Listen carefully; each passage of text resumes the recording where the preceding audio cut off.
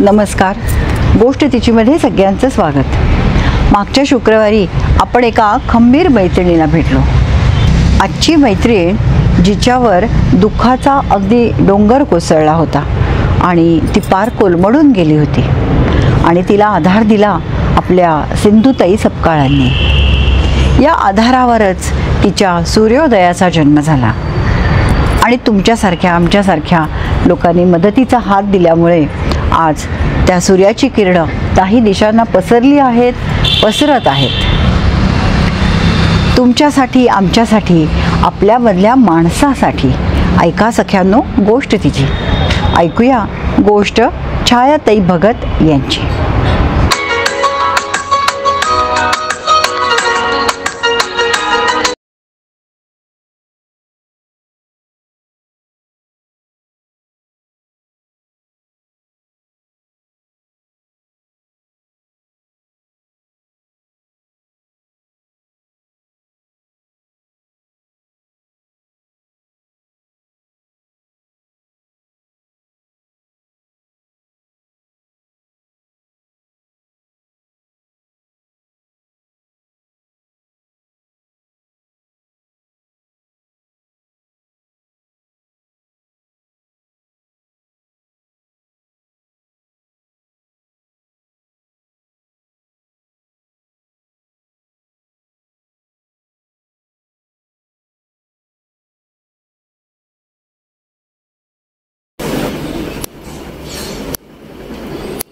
चमकत नाही. मॅडम एवढी लाडकी लेख आहे. लाडकी लेख आहे का मॅडम? खरंच लाडकी आहे. नाही म्हणजे सांगण्यावरून नाही, आहेच ना. मग कुणाची लाडकी आहे? आमच्या सर्वांचीच लाडकी आहे बाळा. कसं आहे? मी एकटीच आहे का? सगळे आम्ही आहेत ना. हो, मग तुम्ही सगळे माझे लाडके. मग आता विचारलं तर मी सगळं जग जाहीर होईल. हो ना. मग लाडकी आजी हे कोणी लावलं ग? हे आजी अगं हे ऑरेंज कलरचं कशाला लावलं नेलपेंट? अगं हे माझ्या लेकीने लावले बाळा. ऑरेंज कलर आहे ना. छान आहे की बघा कसं. आजी तुमची लेक कुठे? एका हाताला लावायचं. माझी आई ऑफिसला दोन्ही हाताला लावतो. माझी आई आहे म्हणलं घरात जाते तिकडे जिथे काम करते ना तिथेच आहे मॅम. अच्छा एवढं तुमच्यासाठी करतात? म्हणलं खरंच करतात. बघ हात असा करा. छान लागतंय, छान दिसतंय. हो. हे लावायचं काहीच कारण नव्हतं, सांगायचं. बर मेहंदी लावायची का? हा लावायची. मी तेवढं सांगितलंय. कोणी लावलं? आज आपण आलोय सूर्योदय वृद्धाश्रमामध्ये आणि आता आपण ह्या आजींना भेटतोय. तर मला तुमचं नमस्ते. तुमचं नाव काय? माझं पूर्ण नाव वर्षा शरद राशीनकर. आणि तुम्ही कुठून आलात? मी आंबेगाव धबाडी. बर म्हणजे पुण्यातनच आपल्या. बर बर. घरी कोण कोण होतं तुमच्या? मी एकटीच होते. बर. म्हणजे माझी मुलं पोटात असताना जाऊन गेली. अरे बापरे. बर. आणि मिस्टरही जाऊन आता 10 वर्ष झाली. अच्छा अच्छा. बर.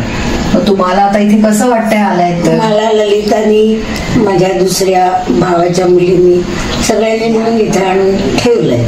पण मला असं पहिल्यांदा वाटायचं की बाई इथे होईल का नाही आपलं नीट. बरोबर. म्हणजे एक चिंता वाटायची. कोणी नाहीये मला म्हणून तरी सुद्धा. पण काही देवाने हात दिला. मी तो धरलाय घट्ट. आणि छायाताई अगदी आई मानतात मला. हो ना. आणि छान प्रेमाने करतात. अजून काय हवं आपल्याला? हो की नाही. आणि बाकी सगळे भाचे वगैरे आहेतच तुमचे इथे? सगळे आहेत. मी अगदी याच्या पुढचं आयुष्य आनंदाने घालवायचं ठरवलं. किती छान वाटलं. पण काही वेळेला हो नाही आठवणी जाग्या होतात की अगदी बरोबर होणार ना. आणि आपल्या बाकीच्या ज्या आहेत त्यांच्या बरोबर गप्पा मारायच्या. म्हणजे मग शेअर करायचं आपली सुख दुःख. पण छान जेवण खाण वगैरे सगळं व्यवस्थित आहे. आहे. मी तर मला बीपीचा त्रास आहे ना, बर. थोडीशी 5ची सकाळी हा. आणि 5 दाखवू का तुम्हाला? नाही गोळी नका दाखवू. ती मला गोळी सकाळी संध्या, त्यामुळे मीठ कमी खा म्हणाले डॉक्टर. अच्छा बर. आणि मग हे थर्मास वगैरे म्हणजे काय तुम्हाला? हा ललितान दिला मला. बर. गरम पाण्याचं आहे का? हा, गरम पाणी ते म्हणाले प्या. बर. जरा पचनाच्या दृष्टीने हो व्यवस्थित होतं. म्हणजे सकाळी गरम पाणी प्यायले की मला मोशन व्यवस्थित होतं. सूर्योदय मध्ये तुम्ही मस्त खुश आहात ना? अगदी अगदी आनंदात आहे मी. तसं मला फक्त आठवणीने मी बेजार होते. काही वेळेला खूप आठवणी आल्या. अगदी होणार ना, नक्की हे होणार की नाही? अगदी बरोबर आहे. आणि माझे मिस्टर खूप हुशार होते. MA PhD होते. बर. अच्छा अच्छा. अख्ख्या पुण्यात युनिव्हर्सिटीला सेकंड आलेले. काय सांगता? स्कॉलरशिप मिळाली. बर. हो, तेव्हापासून मग ते अभ्यासच करत होते PhDचा. एवढा मोठा थिसिस आहे तो पण तिथे आहे. हो, म्हणजे एकदा ते सगळं इकडे आणलं म्हणजे हो, म्हणजे मग आपल्याला बरं वाटतं. ते तुमची जागा तुम्ही घ्या. बरोबर आहे, अगदी खरं. आणतील घरचे सगळे ललिता वगैरे आणतील. आठवण येत नव्हती. हो, ललिता ठेवेल ना जपून. नाही, नक्कीच ठेवेल ती. छान. तुम्ही तर छान राहा मात्र इथे. हो, गाण्याची परीक्षा म्हणजे गाण्यात गाणं वगैरे पण म्हणता का? हो. अरे वा, म्हणून एखादं. हो, 1-2 मिनिटं. देवा बोलावो माझ्याशी, देवा बोलावो माझ्याशी, देवा तुम्हीच मजवर रुसल्यावर ती बोलू मी कोणाशी, देवा बोलू मी कोणाशी, देवा बोलावो माझ्याशी, देवा बोलावो माझ्याशी, देह वाहिला तुमच्या पायी, जीवाशिवाची आशा नाही, अमृतवाणी येईल कानी, आशा हीच उदाशी, देवा आशा हीच उदाशी, देवा बोलावो माझ्याशी, देवा बोलावो माझ्याशी, देवा बोलावो माझ्याशी, देवा बोलावो माझ्याशी, देवा बोलावो, देवा बोलावो, देवा वा, मस्त, एकदम छान गायलं, खूप छान. नमस्कार, गोष्ट तिचीमध्ये सगळ्यांचं स्वागत. आज आपल्याकडे आले आहेत पुण्यातल्या छायाताई भगत. मला जर कोणी विचारलं की तुमच्या पुण्यामध्ये चांगला वृद्धाश्रम कुठला आहे का ग माहितीमध्ये, तर माझ्या डोळ्यासमोर खरोखर नेहमी एकच नाव येतं, ते म्हणजे सूर्योदय वृद्धाश्रम, जो आपल्या छायाताई भगत चालवतात. गोष्ट तिचीमध्ये तुमचं खूप स्वागत. नमस्कार. तुम्हालाही नमस्कार आणि प्रेक्षकांना नमस्कार. आणि आम्हाला तुमच्याबद्दल खूप जाणून घ्यायचं आहे, अर्थात वृद्धाश्रमाबद्दल पण आणि स्वतः तुमच्याबद्दल पण. तर मला सुरुवातीला साधारण तुमची बॅकग्राऊंड सांगा, म्हणजे तुम्ही मूळच्या कुठल्या? मी मूळची म्हणजे माझा जन्म मराठवाड्यातला, धाराशिव, आत्ताचं नवीन धाराशिव, पूर्वीचं उस्मानाबाद. अच्छा. आणि शेतकरी कुटुंबामधली मी. बर. त्यामुळे मी मराठवाड्यातलं आणि माझं कर्मभूमी मात्र पुणेच. बरं. पुणे जिल्हा किंवा पुणे शहर म्हणता येईल आपल्याला. आणि मग तिकडे घरी कोण कोण असायचं, बहीण भाऊ वगैरे? हो, मला आई वडील खूप लहानपणी वारले आणि माझी आजी खूप चांगली होती. म्हणजे कधी असं आजपर्यंत आठवत नाही की तिने जाणीव होऊ दिली. आणि माझा एक लहान भाऊ आहे परंतु रक्ताच्या नात्याचा एक भाऊ असेल तरी सुद्धा माझे मावस भाऊ 5 आहेत. त्याच्याशिवाय सामाजिक क्षेत्रामध्ये मला ताई म्हणणारे आणि मी त्यांना भाऊ म्हणणारे असे खूप भाऊ आहेत. बरोबर. त्यामुळं रक्ताच्या नात्याचा एक असला तरी अनेक भाऊ सोबत आहेत आणि त्यांनी सख्या भावांपेक्षा जास्त पाठिंबा देण्याची किंवा पाठीराखा बनण्याची किंवा एखाद्या मदतीसाठी पुढे येण्याची भूमिका बजावलेली आहे. अरे वा, खूप छान. खूप भाग्यवान खरं तर, एवढे भाऊ आणि हे आहेत तुमचं. खरंच भाग्यवान आहे मी ह्या बाबतीत. मग तुम्ही आता उस्मानाबादवरनं पुण्यामध्ये कधी आलात? खूप म्हणजे 15व्या वर्षी वगैरे माझ्या काका काकूंनी मला पुण्यामध्ये आणलं, त्यांच्या सोबत आले मी. आणि मग पुण्यात आल्यावर काय लग्न वगैरे तुमचं केलं? हा, म्हणजे 16व्या वर्षी तर माझं लग्न झालंय. अरे बाप, म्हणजे खरं बघितलं तर बालविवाह तो. लग्न म्हणजे काय हेही समजत नव्हतं. 16 म्हणजे खूपच लहान होतात. आणि ही गोष्ट अपेक्षितच नव्हती, परंतु खरं तर त्यांची काही मजबुरी असेल. त्यांना स्वतःला 3 मुली होत्या, एक छोटा मुलगा नंतर झाला माझ्या लग्नानंतर. पूर्वी कसं होतं, वंशाला दिवा पाहिजे म्हणून अनेक मुली व्हायच्या. त्यांच्या स्वतःच्या 3 मुली, मी चौथी. कदाचित असं असेल की खूप मोठी जबाबदारी आहे 4-4 मुलींचं करायची, म्हणून त्यांनी माझं लवकर लग्न करून दिलं. मला लग्न नाही कळायचं तेव्हा काय आहे. खरं आहे ना. पण मग सासरी आल्यावर तिथे कोण कोण होता? सासरचे खरं तर सासू होती, परंतु ती फार दूर होती आणि सासरे नव्हते. आणि चुलत खूप मोठी फॅमिली होती, म्हणजे 5-6 चुलत दीर होते, सासू सासरे असे मोठं कुटुंब होतं. परंतु ते आमच्या गावी राहायचं. बर. आणि मग तुम्हाला मुलगा मुलगी काय? जसं लहान वयात लग्न झालं तसं अगदी 19व्या वर्षी मुलगी झाली मला. एकच मुलगी होती माझी. अच्छा. मुलगी होती म्हणजे आता नाहीये, कारण 2010 मध्ये माझी मुलगी वारली. अरे, एकच मुलगी होती, ती वारली. खूपच वाईट वाटलं. म्हणजे इतकं धक्कादायक गोष्ट होती की मी त्यावेळेस मी काय आहे, मी जिवंत आहे का नाही, किंवा कुठल्या अवस्थेतून जाते आणि काय होतंय हे मला माहिती नव्हतं. खूप भयानक अवस्था होती. म्हणजे मला एखादा चटका दिला किंवा इंजेक्शन, सलाईन लावलं, इंजेक्शन दिलं तर ह्याचंही मला जाणीव व्हायची नाही, किंवा एखादं तिखट गोड आंबट कुठल्याही गोष्टींची जाणीव व्हायची नाही. खूप भयानक अवस्था, माझी मनस्थिती खूप संवेदनाच तुमच्या सगळ्या झाल्या होत्या. म्हणजे मी जिवंत राहते का नाही राहत, किंवा मी जिवंत राहिले तर नॉर्मल राहील का, ही पण परिस्थिती नव्हती. आणि मला वाटतं तुमचे आई वडील पण लहानपणी गेले, मुलगी पण थोडी मोठी होऊन गेली म्हटल्यावर नाही, खूपच एखाद्याच्या नशिबी नको असं व्हायला. इतकं वाईट वाटलंय. पण मग तुम्ही तुमचा नवरा बरोबर होता का तेव्हा तुमच्या? खरं तर आपल्या संस्कृतीप्रमाणे कसं आहे की पुरुषांना जे हवं ते त्या पद्धतीने झालं तर ठीक. माझी ती अवस्था समजून घेण्याच्या मनस्थितीत नव्हते माझे मिस्टर. आणि मग माझे माहेरचे काही नातेवाईक, माझ्या मैत्रिणी खूप चांगल्या होत्या, ह्या सर्वांनी मला माईंकडे सोडलं. अच्छा. कारण माई म्हणजे सिंधुताई सपकाळ. हो, सिंधुताई सपकाळ. आणि त्यांच्याकडे अनाथ मुलं होती, मुलं मुली. आणि माझ्या सगळ्या जवळच्या लोकांना असं वाटलं की ही त्याच्यातून उभी राहू शकेल. बरोबर आहे. तर माईंकडे तुम्ही अशा तऱ्हेने गेलात. मग माईंकडे किती वर्ष होतात? मी माईंकडे 3 वर्ष होते.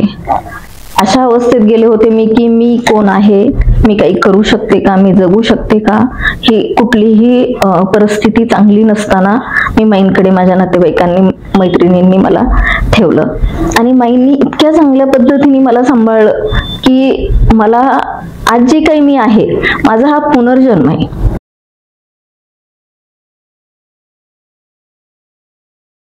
खरंय. माईंनी किंवा ममताताई, म्हणजे माईंची मुलगी ममताताई, आणि तिकडचे सगळे दादा असतील, ताई असतील, किंवा छोटी मुलं मुली, ह्या सगळ्यांनी इतकं चांगल्या पद्धतीने सांभाळलं मला. त्या सगळ्यातून माईंनी स्वतःनी बाहेर काढलं मला.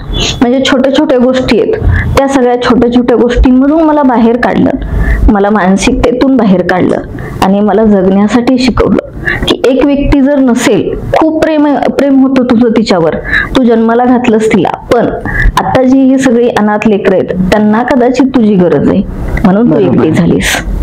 अशा सगळ्या वेगळ्या वेगळ्या पद्धतीने म्हणजे कुठल्याही शब्दामध्ये व्यक्त करता येणार नाही अशा पद्धतीने माईंनी मला बाहेर काढलं. नुसतंच बाहेर नाही काढलं तर मला नॉर्मलला आणलं, मला संस्थेच्या कामकाजामध्ये सहभागी करून घेतलं आणि माझ्यावर अनेक जबाबदाऱ्या सोपवल्या. त्यामुळे तुम्ही बिझी राहिलात आणि त्यामुळे इतकी बिझी होते मी की मला रडण्यासाठीही वेळ नव्हता. अच्छा, नाही बरोबर आहे. काळ हे एक औषध असतं. आणि छोटी छोटी मुलं आहेत ना, तर माई म्हणायच्या की ह्यांचा काय दोष आहे, तुला तरी माहितीये की तुझी मुलगी होती, तुझे नातेवाईक आहेत, तुला कोणीतरी होतं किंवा आहे किंवा तू असेपर्यंत असणार आहे तुझे नातेवाईक, ह्यांना काहीच माहिती नाहीये. बरोबर आहे. मग ह्यांनी कुणाला दोष द्यायचा, ह्यांनी काय करायचं, ह्या सगळ्या अशा एक ना अनेक गोष्टीतून माईंनी मला बाहेर काढलं, नॉर्मल स्टेजवर आणलं.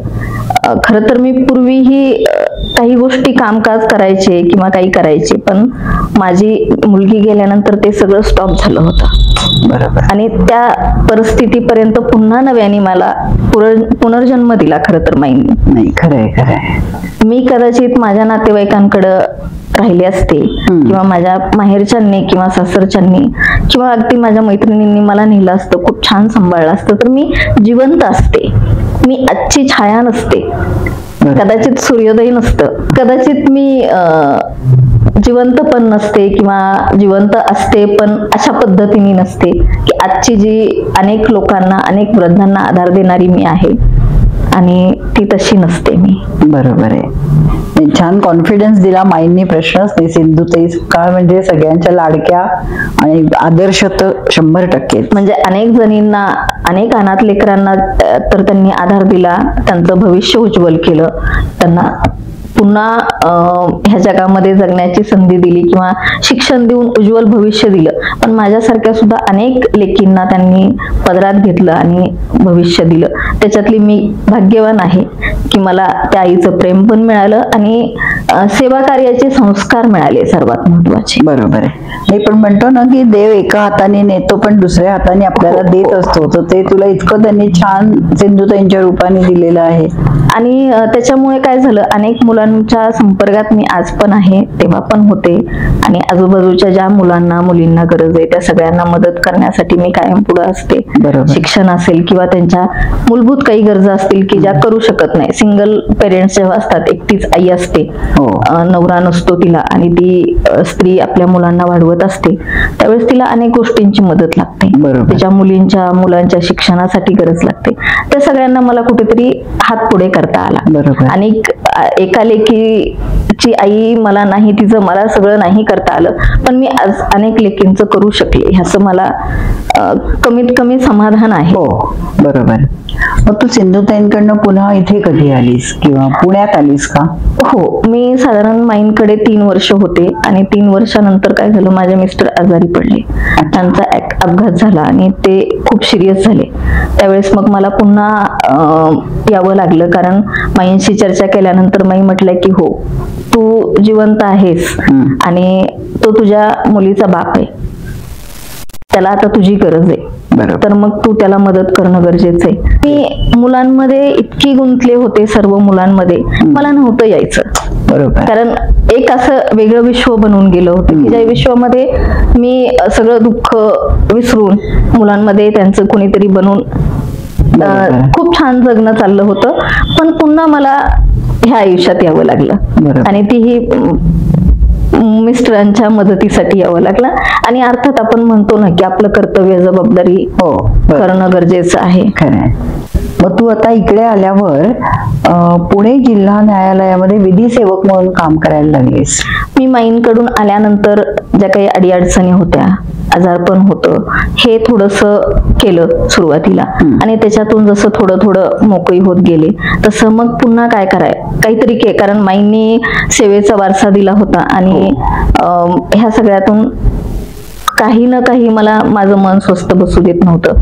मग पुणे जिल्हा न्यायालयाची मी विधी सेवक म्हणून कार्यरत होते. पुढचे जवळजवळ 8-10 वर्ष मी. अरे वा. म्हणजे अगदी आताही मी करते, मला जसं वेळ मिळतं तसं मदतीसाठी असते. पुणे जिल्हा न्यायालयाची अधिकृत सदस्य म्हणून मी स्वयंसेवक म्हणून काम केलं. काम असं होतं की अनेक घटकांना मदत करणे, म्हणजे असं वृद्ध असतील किंवा शाळकरी मुलं मुली असतील, आरोग्य असतील, कामगार असेल, महिला असेल, अशा वेगवेगळ्या लोकांना न्यायालयातर्फे मदत केली जाते, अवेअरनेस केला जातो. त्यांचे काही अडचणी असतील किंवा बऱ्याच केसेस अशा असतात की त्या खरं तर एकमेकांच्या चर्चा केल्या की त्या संपून जाऊ शकतात, कोर्टापर्यंत न्यायच्या नसतात किंवा गरज नसते, तर मग त्या सोडवणं असेल किंवा त्यांना तिथपर्यंत नेणं, सांगणं, समजून सांगणं, काउन्सिलिंग करणं, असं वेगवेगळ्या पद्धती. ह्या कामाचा तुला अचानक छान अनुभव मिळत गेला वेगळ्याच प्रकारचा. हो.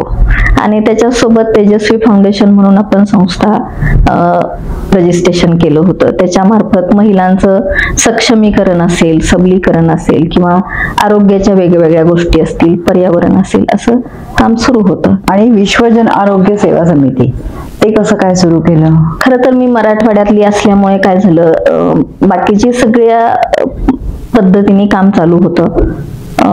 महिलांना सक्षमीकरण असेल, सबलीकरण असेल, हे चालू असतानाच एक दोन गोष्टी अशा घडल्या मराठवाड्यामध्ये की सरकारी दवाखान्यात ट्रीटमेंटला जात असलेली एक आमच्या नात्यातली व्यक्ती आणि 6 म्हणजे प्रेग्नेंट होती आणि ती दर महिन्याला जात होती, परंतु 9वा महिना सुरू झाला आणि तिला काही गोष्टींचा त्रास व्हायला लागला. तर ती घरातून शेजारच्या गावात, तिथून तालुक्याच्या, तिथून जिल्ह्याच्या, तर तिथे काही त्यांना रिस्पॉन्स मिळाला नाही. त्यांनी सांगितलं की तुम्ही आता आमच्याकडे तुमची ट्रीटमेंट होणार नाही, तुम्ही तुमचं बघा. आणि अशी परिस्थिती निर्माण झाली की काल रात्रीपर्यंत चांगली असलेली चांगली तरुण महिला की आज मरणाच्या दारात उभी राहील. बापरे. आणि खरं तर महाराष्ट्रभर प्रायव्हेट हॉस्पिटलला शासनाच्या योजना आहेत, शासन खूप मदत करतं सर्वसामान्य लोकांसाठी, परंतु लोकांना माहितीच नाही की ही मदत कशी घ्यायची किंवा प्रायव्हेट हॉस्पिटल पर्यंत आपण जायचंय का, त्या हॉस्पिटलला काही योजना आहेत का, आपल्याला तिथं मदत होऊ शकते का, हे माहितीच नाही. आणि अशी वेळ आली की त्यांना काही त्या व्यक्तीला, त्या ताईला जगवण्यासाठी त्यांना खर्च करायचा म्हटलं तरी सुद्धा पैसे नाही. आणि बार्शीमध्ये नेल्यानंतर सांगितलं की एक तर सोलापूरला न्या किंवा पुण्याला न्या, जगेल का नाही माहिती नाही. अशा घटना घडल्यानंतर थोडंसं शोधायला चालू केलं की अरे आपण वेगळ्या वेगळ्या क्षेत्रात काम करतो, आपण थोडंसं आरोग्याला बघूयात की किती लोक काम करतात. खरं तर त्यावेळेस फक्त बच्चू कडू भाऊंचं नाव समोर दिसलं की त्यांचंच काम दिसतंय खेड्यापाड्यापर्यंत सुद्धा थोडंसं गेलेलं, आणि ते काही सगळीकडे पुरू. आणि महिला तर कोणीच नव्हत्या, म्हणजे महाराष्ट्रामध्ये असं एकाही महिलेचं नाव घेता येणार नाही की ती फक्त रुग्णांना मदत करण्यासाठी पुढे, असं कुठल्याही महिलेचं नाव घेता येणार नाही. म्हणून मग मी ह्या गोष्टीचं थोडंसं सर्च करायला सुरुवात केली त्याचं, आणि मग सगळ्या माझ्या सहकाऱ्यांसोबत चर्चा केली की आपण जर बघितलं म्हटलं तर आपण सगळे मिळून आपण एक सर्वे करू आणि सर्वे करून बघूयात की आपल्याला किती लोक दिसत आहेत की ज्यांना मदतीची गरज आहे आणि किती लोकांपर्यंत मदत पोहोचू शकते किंवा किती लोकांना माहिती आहे किंवा किती लोक मदत करणार आहेत. असं वेगळ्या वेगळ्या प्रकारे आम्ही सर्वे केला आणि लक्षात आलं की नाही, आपल्या मदतीची इथे गरज आहे. बरोबर. आरोग्य क्षेत्राला आणि हे काम मोठं आहे कारण अवेअरनेस नसतो, माहिती नसते आपल्याला. आणि मी पुण्यात राहते, तुम्हीही पुण्यात राहता, आपण जर बघितलं तर स्लम भागातलं असेल किंवा मिडल, तर त्यांना माहिती नसतं की आपल्या पुण्यातले सुद्धा अनेक हॉस्पिटल आहेत प्रायव्हेट की जिथं योजना आहेत, तिथं जाऊ शकतात, पण ते लोक तिथं जाण्याचं नाव सुद्धा घेत नाहीत कारण त्यांना माहितीच नाहीये. तर खेड्यापाड्यात कसं माहिती असेल?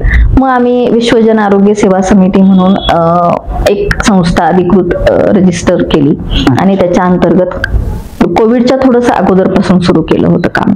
अगदी हजारो लोक सोबत आम्ही सगळ्यांनी काम केलं आणि त्याचं प्रतिनिधित्व करण्याची संधी मला मिळाली.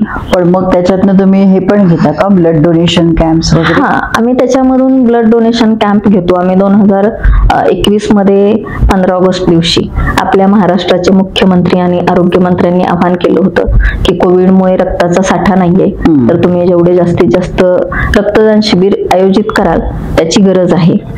तर मग त्यावेळेस आम्ही 15 ऑगस्ट 2021ला एकाच दिवशी महाराष्ट्रात 30 ठिकाणी रक्तदान शिबिर घेतले अरे होते. बापरे, बर. हो, कोविड असताना सुद्धा घेतले होते आणि अगदी खूप यशस्वीरित्या पार पडले. नाही, काहीच्या काहीच एका दिवशी तुम्ही 30 ठिकाणी घेतले म्हणजे खूपच मोठं आहे. आणि नियोजन लागतं करण्या सगळ्याला. आणि विशेष म्हणजे जे काही रक्त संकलन होतं ते आम्ही ब्लड बँकेशी टायअप करून घेत होतो की आम्हाला तुम्ही 1 कप चहा देऊ नका, रक्तदान करणाऱ्या व्यक्तीला कुठलंही गिफ्ट देऊ नका, तर आम्हाला गरजेच्या वेळेला अगदी गरजू असणाऱ्या व्यक्तीसाठी रक्त बॅग उपलब्ध करून द्या. हो, हे आम्ही त्यांच्याकडून टाईप करून घेत होतो. अरे वा. आणि 25% रक्त संकलनाचा जो काही साठा असेल त्याच्यातलं 25% ज्या गरजू व्यक्तींना आम्ही म्हणू किंवा आमच्यापर्यंत येणारी व्यक्ती तुमच्याकडे पाठवू त्या व्यक्तीला द्या. नाही, किती छान आहे. म्हणजे 25% हिस्सा हा आमच्या नावचा राहील. हो. जेव्हा आम्हाला गरज असेल तेव्हा तिथे आम्ही द्यायचं. कधीच 1 कप चहा सुद्धा कधीच कुठल्याही ब्लड बँकेचं पिलं नाही किंवा कधी त्यांच्याकडून 1 रुपयाची वस्तू घेतली नाही. मराठवाड्यामध्ये तर ह्याचा अनेक लोकांना उपयोग झाला, कारण शेतकरी आहे, तिकडचा दुष्काळग्रस्त आहे, त्याच्यामुळे बाकीच्या गोष्टी आणि त्याच्यासोबत आर्थिक खूप चणचण आहे. त्यामुळे आरोग्याचा प्रश्न जेव्हा निर्माण होतो त्यावेळेस जर ब्लड चढवायचं म्हटलं तर मग ते अगदी कधी कुणाला 10 बॅग 20 बॅग अशा सुद्धा लागतात. आणि मग त्या आपण त्याच्यातल्या अगदी पॉसिबल झालं तर गरज बघून आपण उपलब्ध करून देतो, पण अगदी 1 बॅग पासून सुद्धा आपण देतो. खूपच छान उपक्रम आहे हा. हो. आणि त्याच्यासोबत आमच्या अनेक विश्वजन आरोग्य सेवा समितीचे जे पदाधिकारी होते, रुग्णसेवक म्हणून अनेकांनी काम केलं. तर त्याच्यामध्ये खूप जास्त तरुण पिढी होती, कारण ह्यांना व्यासपीठ पाहिजे होतं. सामाजिक काम करायचं होतं. प्रत्येकाच्या घरामध्ये सगळ्यात मोठा प्रश्न असतो तो आरोग्य. आपण घर छोटं कॉम्प्रोमाइज करू शकतो, कपडे लत्ते छोटे साधे कॉम्प्रोमाइज करू शकतो, खाण्यापिण्यामध्ये कॉम्प्रोमाइज करू शकतो, पण आरोग्याला नाही करता येत. म्हणजे एक जखम झाली, एक काटा टोचला तर त्याचं इतकं मोठं होऊ शकतं. त्याच्यामुळं त्याला उपचार लागतातच. अगदी सरकारी असतील, प्रायव्हेट असतील, कुठलेक असतील, तर उपचार लागतात. आणि हे खूप जणांच्या घरामध्ये शेजाऱ्यांच्या किंवा नात्यात अशा अडीअडचणी आलेल्या होत्या आणि काही जणांच्या अडीअडचणी आमच्याकडून सुटल्या होत्या. तर काहींनी बघितल्या होत्या की अशा अडचणीत मदत करणाऱ्यांची गरज आहे आणि मग आम्ही इथं काम करू इच्छितो. असे खूप चांगली तरुण पिढी सहभागी झाली होती आणि त्यामुळे अनेक जणांचे आमच्याकडून विश्वजन आरोग्य सेवा समितीच्या माध्यमातून ऑपरेशन्स करून देता आले किंवा त्यांचे आय कॅम्प घेऊन त्यांचे ऑपरेशन्स केले. अनेक वेगळ्या प्रकारे, म्हणजे मुख्यमंत्री सहायता निधी असेल किंवा महात्मा फुले जन आरोग्य निधी असेल, अशा आमदार खासदार निधी असतात, त्या सगळ्या, किंवा दवाखान्यामध्ये वेगळ्या क्रायटेरियाचे निधी असतात. तर त्या सगळ्या मधून आम्ही जेवढं शक्य आहे तेवढं प्रयत्न केलेले आहेत. खूपच छान उपक्रम केले आहेत. म्हणजे मी जी सुरुवात केली वृद्धाश्रमासाठी, तर त्याच्या आधी सुद्धा ताईंचं एवढं मोठं कार्य आहे माहित नव्हतं आपल्याला. तर आपला जो सूर्योदय वृद्धाश्रम सुरू केला आहे तो कसा काय सुरू झाला किंवा तिथे कसं काय वळलात तुम्ही? खरं तर हे सगळं काम छान पद्धतीने चाललं होतं. अगदी मी आनंदी किंवा समाधानी होते. पण हे सगळं करत असताना 2-3 घटना अशा घडल्या की ज्या मनाला हे लावून टाकणाऱ्या होत्या, कुठंतरी बेचैन करणाऱ्या होत्या.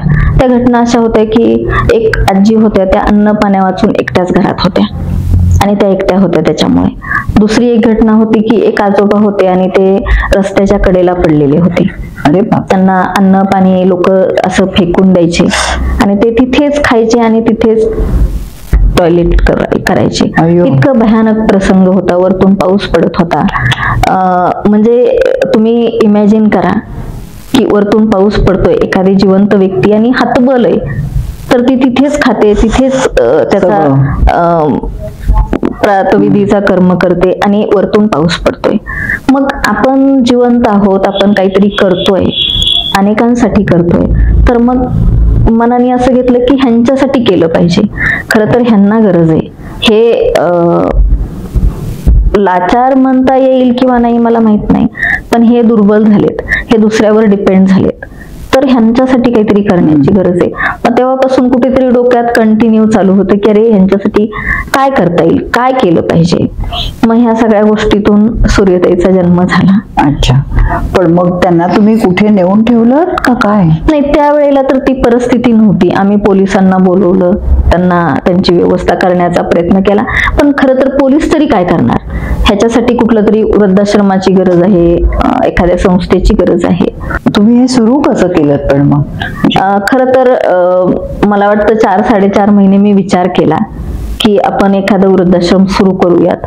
सुरू करायचं ठरल्यानंतर त्या सुमारास माझ्या घरात पण 1-2 आजींना मी सांभाळलं.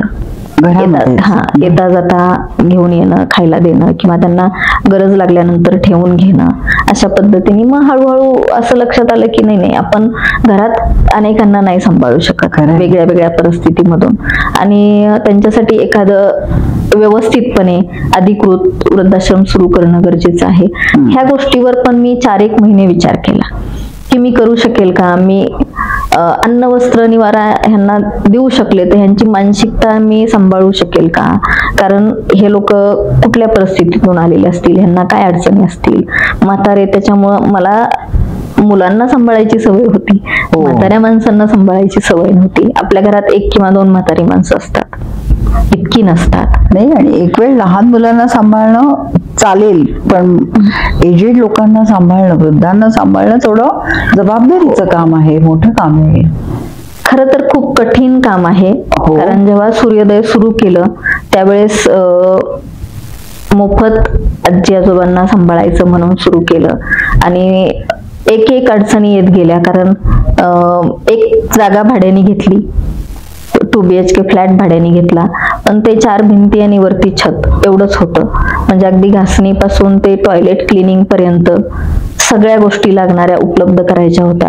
ते करत असताना माझ्या काही मैत्रिणी आहेत, माझे नातेवाईक आहेत, ते सगळे पुढे आले. ज्यांना ज्यांना शक्य झालं त्यांनी ते केलं. पण पुन्हा प्रश्न येऊन उभा राहतो आर्थिक वरती. जागेचं भाडं आहे, लाईट बिल आहे, गॅस आहे, दूध आहे, भाजी आहे, ह्या सगळ्या गोष्टी, आजारपण आहेत, किंवा कोणीतरी साड्या आणून दिल्या तर त्याचे ब्लाऊज शिवणं आहे, साडीला म्हातारे लोक असल्यामुळं फॉल लावून नाही पण पिको करणं आहे. ह्या सगळ्या गोष्टी आहेतच, आणि त्या सगळ्याला पैसाच लागतो. पण सुरू करण्याच्या अगोदरच ठरवलं होतं की मी कितीही चांगली असेल आणि मी किती सामाजिक काम केलं असेल तरी सुद्धा आश्रम सुरू केल्यानंतर जोपर्यंत ते व्यवस्थित चालतंय, हे लोकांना दिसत नाही, तोपर्यंत लोकांनी मला मदत का करायची, हा माझा प्रश्न मला होता. त्यामुळं अपेक्षा नव्हती केली मी की सडनली मदत येईल आणि मदत करणारे पुढे येतील, अशी अपेक्षा केली नव्हती. माझा प्रवास सुरू होता, माझ्यासोबत माझी एक मानलेली मुलगी होती राधा म्हणून, तीही मदतीला होती. अच्छा. आणि आमचा प्रवास सुरू होता. मी कमवलेलं आणून तिकडे सगळे पैसे द्यायचे, किंवा माझे त्याच्या अगोदरचे 2 वर्ष कमाईचे सर्व पैसे असतील ते मी आश्रमासाठी लावले होते. बापरे. कारण दर महिन्याला येणारं भाडं असेल किंवा ह्या सगळ्या गरजा पूर्ण करणं असेल, त्या कशा करायच्या. हो, कारण खर्च हे तुम्ही आता जे काय सांगितले ते अगदी थोडे सांगितले, पण कुठलंही 4 लोक राहणार एखाद्या घरात म्हटल्यावर A to Z सगळेच खर्च असतात. तुम्ही आता म्हणला की मी केलेल्या कमाईतून, म्हणजे तुम्ही अजून काही करत होतात का? हो, मी माझी मुलगी जेव्हा वारली त्याच्या अगोदर मी इनोरा फाउंडेशन म्हणून होतं, आता इनोरा बायोटेक झाले.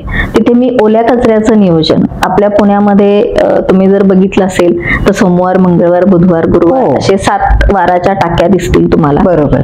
आणि जवळजवळ 2008-9 पासून आपल्या पुण्यामध्ये ओला कचरा जिरवणे, गार्डन वेस्ट असेल किंवा किचन वेस्ट, त्याचं नियोजन करणे, हे खूप चांगल्या प्रकारे चाललं होतं. तर मी इनोरा पूर्वीचं फाउंडेशन आणि आत्ताचं बायोटेक याच्यासोबत मी तेव्हाच काम करत होते, आणि कमर्शियल पद्धतीने म्हणजे कमवण्याच्या उद्देशाने आणि चांगल्या कमवण्याच्या उद्देशाने करत होते. पण म्हणजे तुमचं काय असायचं कामाचं स्वरूप? खरं तर एक फ्लॅट किंवा एक बंगल्याचं किचन वेस्टचं, ओल्या कचऱ्याचं नियोजन कसं करावं आणि त्याला लागणारे कल्चर्स, हे गायडन्स करणं त्यांना. ते मोठ्या सोसायट्या म्हणजे अगदी 500-1000 फ्लॅटच्या, 400 फ्लॅट, 300 फ्लॅट किंवा 20 फ्लॅट पासून ते 500-1000 फ्लॅट पासूनच्या सोसायट्यांचे प्रोजेक्ट कसे इन्स्टॉल करायचे ते पर डेचा, म्हणजे जर 200 फ्लॅट असतील तर त्यांचा 150 ते 200 किलो रोज कचरा येणार आणि तो रोज त्याच्यात नियोजन कंपोस्टिंग मध्ये कसा रूपांतर होईल आणि त्याचं खत कसं होईल हे शिकवणं, त्यांच्याकडून करून घेणं, ते करण्यासाठी लागणारे कल्चर्स देणं, त्यांना काही अडचण आली तर त्यांना कन्सल्ट करणं, हे माझा व्यवसाय होता. म्हणजे आजही आहे. म्हणजे अगदी अवेअरनेस करणं असेल किंवा त्यांच्या सोसायटीमध्ये सेग्रिकेट करणं, ओला कचरा वेगळा करणं किंवा ओला कचरा म्हणजे काय, सुका कचरा म्हणजे काय, तो कसा वेगळा केला पाहिजे, त्याचं नियोजन कसं केलं पाहिजे हे शिकवण्यापासून त्यांचं खत आल्यानंतर ते गार्डन, ऑर्गॅनिक गार्डन पण आम्ही डेव्हलप करून देतो. ऑर्गॅनिक गार्डन डेव्हलप करण्यापर्यंत आम्ही सर्व करतो. खूपच छान आहे. एक अजून वेगळं तुमचं आणि आम्हाला कदाचित माझा स्वभाव आहे पर्यावरणाला हातभार लावणारा, त्याच्यामुळे मग ते आवडणारं काम होतं. बरोबर आहे. नाही, चांगलं आहे. पण त्याची कमाई सुद्धा तुम्ही इकडे घालत होता किंवा घालताय अजूनही म्हणणार? त्याची कमाई तर खूप चांगल्या प्रकारे, म्हणजे आमचे व्हिजिट चार्जेस असतात आमचे प्रत्येक गोष्टीचे, तिथे आम्ही एकही रुपयाचं फ्री काम करत नाही आणि ते कमर्शियल बेसवर आहे. त्याची कमाई पण खूप चांगल्या प्रकारे आहे. परंतु ती जी काही कमाई होती आणि कमवत होते ते सर्वच्या सर्व मी सूर्योदयच्या सुरुवातीपासून ते आजपर्यंत देते. कमाल आहे, कमाल. आणि आता तुमच्या सूर्योदयमध्ये साधारण किती आहेत आजी आजोबा? आता साधारण 18 आजी आजोबा आहेत. बर. आणि 18 आजी आजोबा मधले अर्ध्यापेक्षा जास्त अनपेड आहेत, म्हणजे मोफत आहेत. सुरुवातच आपण मोफतनी केली होती, पण तेव्हा छोटीशी जागा होती आणि मग छोट्या जागेमध्ये साधारण 8 ते 9 आजींना, खरं तर आजींची संख्या सुरुवातीला जास्त होती, 8 ते 9 आजींना पूर्णपणे 2.5-3 वर्ष मोफत सांभाळलं. हो का? हो, त्यांचं सर्व काही मोफत केलं.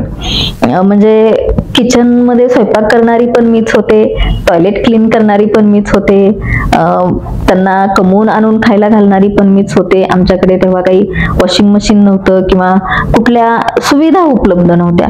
सगळ्या गोष्टी करणारी, म्हणजे सकाळी लवकर उठून त्यांचं चहा, नाश्ता, आंघोळीला गरम पाणी देणं असेल, आंघोळी किंवा त्याच्यानंतर झाडणं पुसणं असेल, त्यांची कपडे धुणं असेल किंवा कमवायला जाऊन परत आल्यानंतर पुन्हा संध्याकाळचं सुरू असेल, आजारपण असतील, ह्या सगळ्या गोष्टींची केली. मला खरोखर नमस्कार.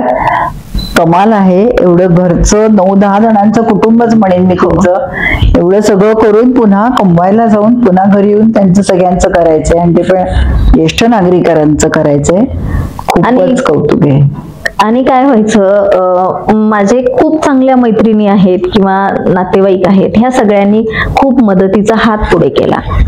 परंतु तिथे येऊन प्रत्यक्ष मदत करणं कुणाला शक्य नव्हतं. बरोबर. त्यांच्या सोबत राहणं कुणाला शक्य नव्हतं किंवा त्यांच्या ज्या काही गोष्टी मी स्वीकारल्या होत्या तर त्या शक्य नव्हत्या. त्याच्यामुळे त्यांच्या परीने कधीतरी अन्नधान्य असेल, कधी भाजी असेल, कधी एखादा सिलेंडर असेल, कधीतरी एखाद्या महिन्याचं लाईट बिल असेल किंवा एखादी गोष्ट हवी आहे की आमच्याकडे ताटं वाटे असतील किंवा अगदी चमच्यांपासून झाडूंपासून सगळ्या गोष्टी असतील, त्या कधी काही लागलं आणि देणं शक्य असेल तर आवर्जून माझ्या मैत्रिणींनी खूप मदत केली, नातेवाईकांनी खूप मदत केली. जे मला माझा प्रवास ज्यांनी बघितलाय त्या सगळ्या मदतीच्या हातांनी पुढे आले. पण तुमच्या घरातून म्हणजे तुमचे सख्खे म्हणा किंवा जवळचे नातेवाईक यांचं सगळ्यांचं काय मत होतं? कारण वृद्धांचं तुम्ही सुरू करताय म्हटल्यावर पहिली गोष्ट म्हणजे खूप जबाबदारी आहे, आजारपण आहेत. खरं तर सुरुवात करायची म्हटल्यानंतर सगळ्यांचं निगेटिव्ह बोलणं होतं आणि सुरुवात केल्यानंतर पहिलं वर्ष असं होतं की मला ते आवर्जून आठवतंय आणि आज बघितलं तर हसू पण येतंय की प्रत्येक जण येऊन मला ऐकवायचे की हे काय चालू केलंय तू, आपलं सोडलं आणि फुकटच्या भाकरी थापणं चालू केलंय दुनियाच्या. ही म्हातारी माणसं वेगळ्या वेगळ्या अवस्थेतली, वेगळ्या वेगळ्या वातावरणातली, निगेटिव्ह असलेली तू घेऊन आली आणि त्यांना सांभाळते. तू चांगलं आयुष्य मार्गी व्यवस्थितपणे चाललेलं ते सोडलं आणि हे काय चालू केलं. काही नाही, मी सगळ्यांच्या समोर अशी उभी राहायची शांतपणे, एकही शब्द बोलायचे नाही. हे साधारण 10 महिने ते 1 वर्ष चाललं. 1 वर्षानंतर खूप चांगल्या प्रकारे दिसायला लागलं की आणलेल्या आजच्या छान चांगल्या आहेत किंवा खरंच त्यांना गरज आहे किंवा ही म्हटलंय हिने केलंय पार पाडलंय, हो. पण मग तीच लोक नंतर सोबत फोटो काढायला लागली, आमच्याच हिचंय आमच्याच तिचंय म्हणायला लागली, आणि मग एक हळू स्माईल आली की ठीक आहे ओके. म्हणजे आता त्यांना सगळ्यांना अभिमान वाटतो तुमचा. अगदी आता अभिमान वाटतो, म्हणजे आता स्टेटस ठेवतात किंवा हो. आवर्जून सांगतात, फोटो काढतात किंवा आमचीच ती आहे, किंवा आता चांगल्या प्रकारे सांगतात. पण एक वेळ अशी होती की खरोखर म्हणजे मला असं वाटायचं की मी काय गुन्हा केलाय. बरोबर. अशा प्रकारे मी शांतपणे, कारण माझ्याकडे दुसरा काहीच पर्याय नव्हता, माझ्याकडे सिद्ध होईपर्यंत मी म्हणू शकत नव्हते की मी बरोबर आहे किंवा मी चूक आहे. वेळ हेच एक औषध होतं, आणि म्हणून आलेल्या प्रत्येक परिस्थितीला शांतपणे तोंड दिलं. एकही गोष्टीचं कुठल्याही बाऊ नाही केला. त्यांचं सगळ्यांचं ऐकून गप्पपणे प्रतिसाद दिला, हेच उत्तम केलं. जे दिसायचं ते चित्र त्यांना आता दिसतच आहे यशाचं. आणि आज तर सगळ्यांना खूप अभिमान वाटतो. म्हणजे माझ्या माहेरचेही ज्या महिला वर्ग आहे, माझ्या भाऊजाई असतील, बहिणी असतील, किंवा ज्या काही नात्यातल्या स्त्रिया जास्त, म्हणजे पुरुषांना, भावांना, बाकीचे जे कुणी नातेवाईक आहेत, काका असतील किंवा बाकीचे जे जे नात्यातले आहेत, त्या सगळ्यांना तर अभिमान वाटतोच. महिला वर्ग विशेष म्हणतो की जे आम्ही करू शकलो नाही, करू शकत नाही, ते तू करतेस. त्यामुळं आम्ही कुठंतरी असं म्हणतो की तुझ्यामध्ये आम्ही जगतोय. बरोबर. नाही, मनात वाटत असतं, पण ते करायची रडारी नसते अंगामध्ये. कारण वेगळी वेगळी असतात, त्याच्यामुळे संधी मिळत नाही किंवा नाही करू शकत, किंवा कधीतरी एक पाऊल क्रॉस करून जायचं असतं. हे सगळं करत असताना मी माझं स्वतःचं पर्सनल आयुष्य, नातेवाईक असतील, मित्रमैत्रिणी असतील, किंवा कुठं सहलीला जाणं असेल, कुणाच्या कार्यक्रमाला जाणं असेल, किंवा इवन नात्यातलं कुणी वारलं तर त्याच्या मैतीला जाणं असेल, 10व्याला जाणं असेल, नाही करू शकत मी काहीच. बरोबर. नाही, सगळ्याकडे आपल्याला त्यागच करायला लागतो, त्या गोष्टी नाही आपण करू शकत. सगळ्यामध्ये खरं तर माझं आयुष्य, नाती गोती, सगळ्या गोष्टी मला बाजूला कराव्या लागल्या, आणि ही गोष्ट पुढं घ्यावी लागली. आणि त्याशिवाय हे अचीव नसतं झालं. एवढं जे यश मिळतंय म्हणण्यापेक्षा सगळेजण जे आजी आजोबा एवढे खुश आहेत तिथे, त्याचं कारणच तू सगळं दिलंयस तुझं त्यांना. म्हणून आणि मी कुठेतरी माझ्या मनाला ठरवलं होतं की आपण काहीतरी पेरायचंय, तर एक बीला मातीत जावं लागतं, स्वतःला गाडून घ्यावं लागतं, तेव्हाच रोप कुठेतरी दिसतं. बरोबर. आणि मग ते आपण आहोत. किती मोठा विचार आहे हा. आज समाधान या गोष्टीचं वाटतं की काही आजी आहेत, काही आजोबा आहेत, त्यांना आपण गेले 3.5 वर्ष 4 वर्ष सांभाळतोय, की ज्यांना कोणीच नाहीये. म्हणजे जन्मल्यानंतर फक्त अनाथ म्हणून एखादं लेकरू येतं, त्याला टाकलं तर ते अनाथ होतं, परंतु आयुष्याचा पूर्ण काळ गेल्यानंतर म्हातारपणी अनाथपण येतं. पण त्यांना आनंदाने एक मुलगी मिळाली, माझ्यासोबत बाकीची नाती मिळाली, हक्काचं घर मिळालं, जिथून त्यांना कोणी म्हणू शकत नाही की तुम्ही जा, तुम्हाला हे एवढं मोठं, तुम्हाला ते नाहीये, किंवा तुम्ही कमवलं नाहीये, तुम्ही हे काम केलं नाहीये, तुम्ही काम नाही केलं तर तुम्हाला जेवण नाहीये, असं काही नाही होत. इतक्या आनंदाने सांभाळलं जातं. तर आता सूर्योदयमध्ये आपल्याला ऍडमिशन घ्यायची असेल एखाद्या आजी आजोबांना कोणाला, तर मग काय तुमची प्रोसिजर आहे? खरं तर वेगळ्या वेगळ्या प्रकारची प्रोसिजर आहे.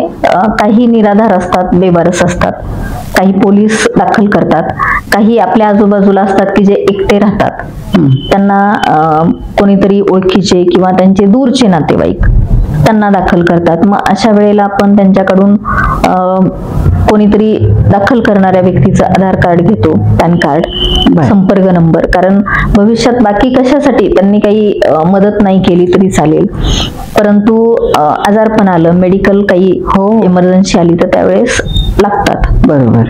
आणि ज्यांना निराधार म्हणून दाखल केलेलं असतं त्यांना पोलीस असतात. जे आजी आजोबा आहेत त्यांचं पण आधार वगैरे लागत असणार, कारण आपल्याकडे अंतविधी करायचा असेल तरी आधार कार्ड लागतो.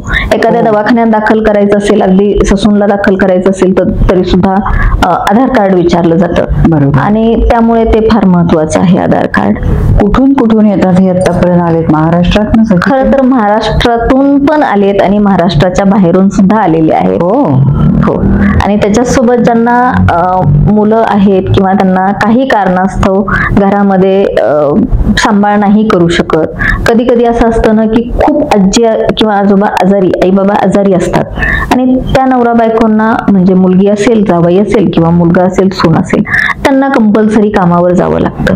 मग अशा वेळेला त्यांच्या सुरक्षिततेच्या दृष्टीने किंवा त्यांना वेळेत औषध मिळावं, जेवण मिळावं, चहा नाश्ता मिळावा, त्यांच्याकडे लक्ष देणारे लोक असावेत, अशा दृष्टीने सुद्धा दाखल केलं जातं.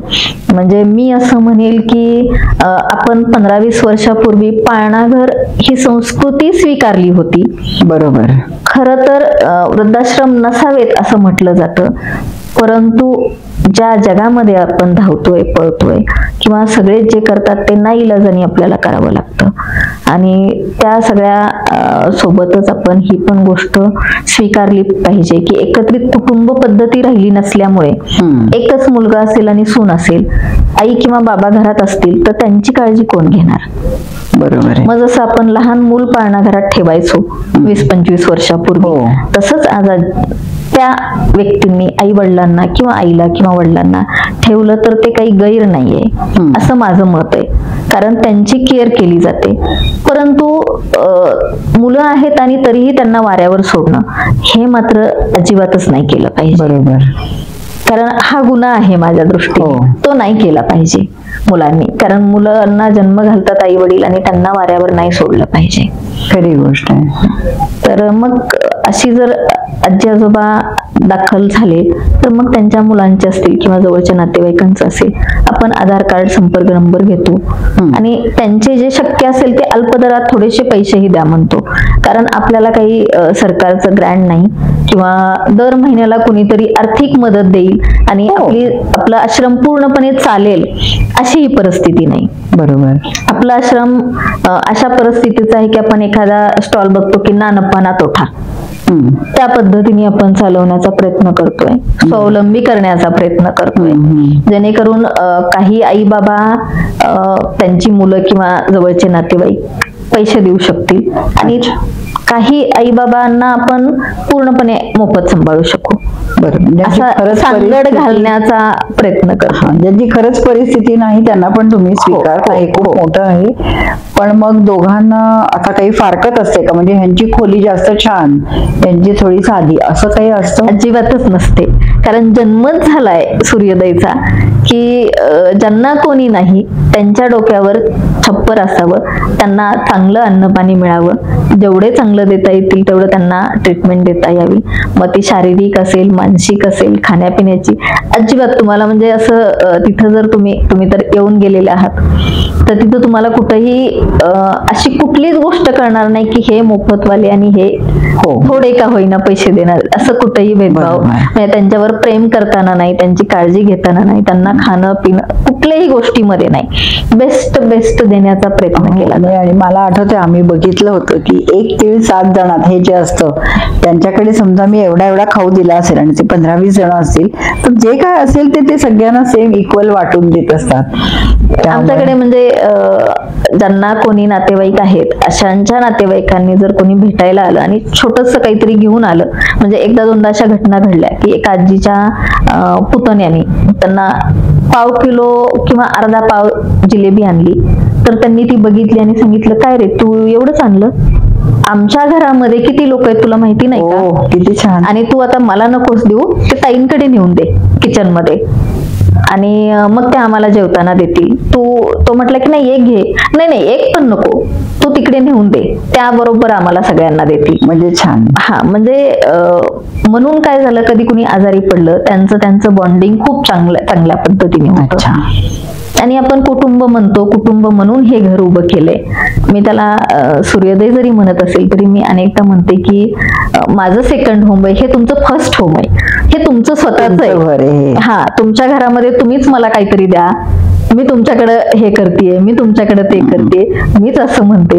त्याच्यामुळे माझं घर आहे, आपलं घर आहे. मग एखादी वस्तू समजा तुम्ही दिली, त्यांना सांगते ही ठेवायची का तोडायची, मोडायची, खराब तुम्ही ठरवा, तुमच्या घरात ती कुठे ठेवायची आहे. किंवा आता दिवाळी झाली, दिवाळीमध्ये ज्या काही गोष्टी लागतात त्यांना समोर बसवून यादी केली. बर, त्याच्यानंतर ते आणलं मी आणि आता जी राधा मी म्हटलं होतं तर ती राधा आता नाहीये, दुसरी मायाताई आहे आणि एक प्रीतीताई आहे, तर त्या मदत करतात. आमचे एक काका आहेत ते आश्रमातलेच आलेले आहेत, आश्रमातच, पण तेही मदत करतात. तर मग आम्ही सगळ्यांनी बसून यादी केली आणि मी आणि मायाताई सगळं सामान घेऊन आलो. सामान आणून दिल्यानंतर मला अचानक दुसऱ्या एका कामासाठी जावं लागलं बाहेर. ते सामान कुठे कुठे काय लावल्यावर बरं दिसेल, चांगलं दिसेल, फक्त हे मी म्हटलं की हा हे इथं असं लावल्यावर बरं दिसेल. आणि मी जेव्हा 2-3 तासांनी परत आले तेव्हा अर्ध डेकोरेशन झालं. अरे वा. म्हणजे आमच्याकडे सणावारामध्ये सुद्धा आणून देण्याची जबाबदारी माझी असते. बरोबर. डेकोरेट करणं, त्यांचं घर सजवणं ही त्यांची जबाबदारी असते. किती छान आहे, म्हणजे तुम्ही सण पण करता हेच ऐकून छान वाटलं पहिलं. म्हणजे आमच्याकडे काय म्हणतात, नागपंचमी असेल किंवा कुठले महिलांचे जे सण असतात, मकर संक्रांत असेल, आम्ही कासार बोलवतो. ज्या ज्या आजींना शक्य आहे किंवा ज्यांना आवडतात बांगड्या, त्यांना आम्ही बांगड्या भरायला सांगतो की बाबा तुम्ही भरा. मग त्या 2 दिवस ठेवा, 2 दिवसांनी काढा, फक्त त्या सांभाळा, तुम्ही धड पडल्या नाही पाहिजे, तुम्हाला लागलं नाही पाहिजे. मेहंदी असेल किंवा नेल पेंट असतील, ज्याला ज्या गोष्टी लागतात त्या आवर्जून आणल्या जातात. आणि आमच्याकडे येणारे जे आहेत, आता खरं तर इतके दिवस झाल्यामुळे बरेच सूर्योदय परिवाराचे सदस्य झालेत मदतीचे हात देणारे.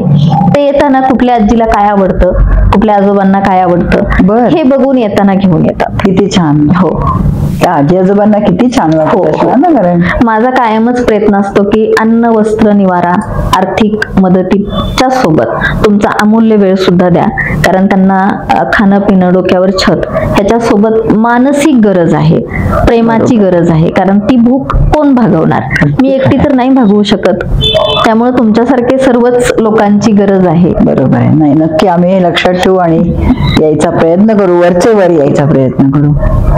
मला सांगा, आता ह्या एवढ्या सगळ्या जणांचं स्वयंपाक पाणी वगैरे कोण करतं? मग सुरुवातीचा काळ होता मी करायचे, मला थोडीशी मदत आमची राधा करायची.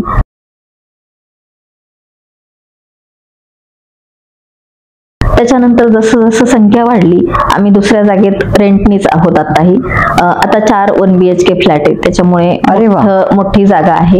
18-19 म्हणजे माझ्या स्वतः सकट 19-20 जण आहोत आम्ही. तर त्यामुळे मग एवढ्या सगळ्यांचं आता मी नाही करू शकत, एवढ्या मोठ्या जागेचं क्लिनिंग मी एकटी नाही करू शकत. आणि त्याच्यामुळे आमच्याकडे राधा आत्ता नाहीये, परंतु प्रीती म्हणून आहे.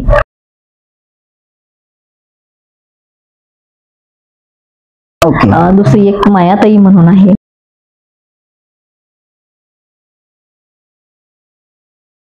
आमचे काका आहेत आणि आम्ही असं 4 जण मिळून. पण मग ह्या सगळ्यांसाठी कोणी अटेंडंट असा असतो तुमच्याकडे? आमच्यापैकीच कोणी जरी अटेंडंट म्हणून मदतीला असतो. कारण स्वयंपाकाचं, नाश्त्याचं सकाळचं संपलं की दुपारचं, दुपारनंतर मधला, मग सगळेच एका कामासाठी एंगेज नाही राहत. त्याच्यामुळे आळीपाळीने आम्ही त्या सगळ्या गोष्टी करत असतो. आणि आम्ही बेड पेशंट विशेष नाही घेत, चालते फिरते घेतो, जेणेकरून आणखीन आमची आर्थिक परिस्थिती ती नाहीये की आम्ही अटेंडन्स जास्त ठेवू शकतो. बरोबर. नाही, मी अटेंडंट अशाने विचारलं की तर सगळेच सिनियर सिटीजन्स आहेत, कोणाला काही व्हायला लागलं, काही झालं तर यंग जनरेशन कोणतरी आपल्या हाताशी. आमच्याकडे मायाताई आणि प्रीती ह्या दोघी यंग जनरेशन आहेत. आजूबाजूची मुलं असतील, महिला असतील किंवा पुरुष असतील, त्या एरियातली जी आहेत ती आवर्जून म्हणता येईल की एक फोन केला तरी येतात. अरे वा. म्हणजे रिक्षावाले काका असतील, अँब्युलन्सवाले काका असतील, एक फोन केला तरी येतात. म्हणजे कालच सकाळी एका आजींना ऍडमिट करावं लागलं, 8-10 दिवसापूर्वी एका आजींना घसरून पडल्या, त्यांच्या पायाला लागलं, त्याच्यामुळे नवलेमध्ये ऍडमिट करावं लागलं. हे त्यांचं वय आहे, ठिसूळ हाडं असतात. शरीर. पण मग हे ऍडमिट वगैरे करणं सगळं तुमचं काम आहे? आणि मग पुढचा तिकडचा खर्च म्हणा किंवा हे कोण मग करतं? खरं तर ज्यांना कोणीच नाही त्यांना आपल्यालाच करावा लागतो, आणि ज्यांना नातेवाईक आहेत मग ते नातेवाईक करतात. तुम्ही नातेवाईकांना इन्फॉर्म करता का असं असं झालंय वगैरे? बरं. कारण फर्स्ट प्रायोरिटी असते की त्या व्यक्तीला हॉस्पिटलमध्ये पोहोचवणं. ट्रीटमेंट हे- मिळणं महत्वाचं. हा. बरोबर आहे. जेवढ्या लवकर जमेल तेवढ्या लवकर आम्ही प्रथम उपचार द्यायचा प्रयत्न करतो बरोबर. आणि ताबडतोब हॉस्पिटलमध्ये पोहोचवतो. मग त्याप्रमाणे पोहोचवतो की त्यांच्या सल्ल्याने पोहोचवतो की प्रायव्हेट मध्ये पोहोचवायचे का शासकीय मध्ये निमशासकीय मध्ये. त्याप्रमाणे तुम्ही हे करता. एखाद्याची ऐपत नसेल आणि आम्ही प्रायव्हेटला नेलं तर नाही करू शकणार ना. बरोबर आहे. मग तसं सल्ला घेऊन आम्ही पुढची व्यवस्था करतो. आणि मग ह्या लोकांमध्ये सगळे आता ज्येष्ठ असतात, काय एक कोण कुठल्या प्रॉब्लेम मधनं आलेला असेल किंवा स्वभाव कसा असेल, तर ह्यांचं काही वादावादी वगैरे होते का हो, भांडणं किंवा असं काही? खरं तर होतात. खरं तर वृद्धाश्रमात येणं हे फार कमी, म्हणजे अगदी 5-10% असतात की ते स्वइच्छेने आलेले असतात. बाकीचे 90-95% नाईलाजाने आलेले असतात. खरंय. आणि जे निराधार आहेत तर ते प्रचंड जास्त त्रासलेले असतात, कारण त्यांनीही आयुष्यभर कुणासाठी केलेलं असतं आणि उत्तरार्धात त्यांना असं यावं कोणी लागतं. नसावं जवळ. हा, त्याच्यामुळे मग त्यांनी केलेल्या गोष्टी चांगल्या किंवा वाईट आठवल्या की ते वायबल होतात. मग एकमेकांशी भांडतात. हो. काही फोडाफोडी तोडाफोडी हेही करतात. अरे बापरे. जेवण करत नाहीत. म्हणजे ज्या नॉर्मल गोष्टी असतात त्याही नाही करत.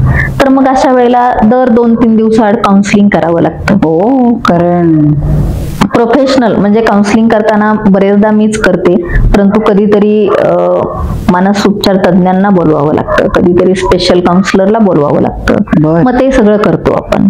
आणि मग त्याचं जनरल चेकअप वगैरे डॉक्टर्स वगैरे येतात कोणी? हो, येतात. आमच्याकडे डॉक्टर दिवाकर सर म्हणून आहेत, तर ते गेले वर्षापेक्षा जास्त काळ दर महिन्यातले 2 वेळ असेल 3 वेळ असेल अगदी मोफत. बर. त्यांच्याकडे ज्या शक्य आहेत ते औषधं पण देतात, इंजेक्शन शक्य असेल तर तेही देतात, मोफत चेकअप करतात. काही अडीअडचण आली तर येतात. त्याचसोबत डॉक्टर कुलकर्णी म्हणून आहेत, आमच्याच जवळ आहे, तेही येतात. अगदी काही इमर्जन्सी असेल तर ताबडतोब एखादी नर्स पाठवतील किंवा ते येतील किंवा लगेच पाठवून द्या म्हणतील, ट्रीटमेंट करतील. त्यांचं जवळच हॉस्पिटल आहे. त्याच्यासोबत सिल्वर बर्च म्हणून आमच्या रश्मी पाटील, डॉक्टर रश्मी पाटील आहेत, त्या मदत करतात. म्हणजे अगदी कधी कधी तर अशी वेळ येते की मी तिथं नसते आणि कुणाला तरी काहीतरी होतं, मग ते ताबडतोब अँब्युलन्स मध्ये फोन केला की रश्मी मॅडम असं असं आहे आणि पाठवले, तर मग त्या सांगतात की आश्रमातून आले हो, ते करून घ्या. त्या असतील किंवा नसतील, बिलामध्येही बरेचदा त्या कमी करतात की काय परिस्थिती आहे, विचारतात की ताई काय परिस्थिती, आजी आजोबांचं कोणी आहे का नाहीये.